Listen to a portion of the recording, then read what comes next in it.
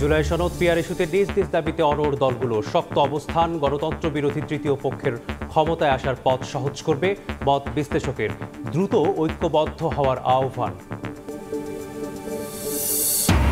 রাজধানীর আদাবরে যুবককে জিম্মি করে টাকা দাবি উদ্ধারে গেলে পুলিশ সদস্য সহ ৩ জনকে কুপিয়ে জখম, গাড়ি ভাঙচুর, যৌথ বাহিনীর অভিযানে আটক শতাধিক। ৮ বছরে ফেরত পাঠানো যায়নি একজন রোহিঙ্গাকেও। ভূ রাজনীতি আর আন্তর্জাতিক সম্প্রদায়ের সহযোগিতার অভাবে জটিল হচ্ছে প্রত্যাবাসন, জাতীয় ঐক্যের পরামর্শ বিশ্লেষকের। গত বছরের চেয়ে প্রায় ৩ গুণ বেড়েছে ডেঙ্গু সংক্রমণ, মৃত্যুর হার দক্ষিণ এশিয়ায় সর্বোচ্চ। মোকাবিলায় দরকার নতুন পদক্ষেপ, জনসম্পৃক্ততা আর সম্মিলিত উদ্যোগ।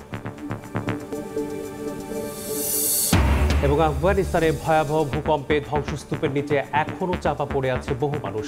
উদ্ধার কাজে সেনাবাহিনী ও আন্তর্জাতিক সংস্থাগুলো। নিহত ৮ শতাধিক, আহত ২,৮০০।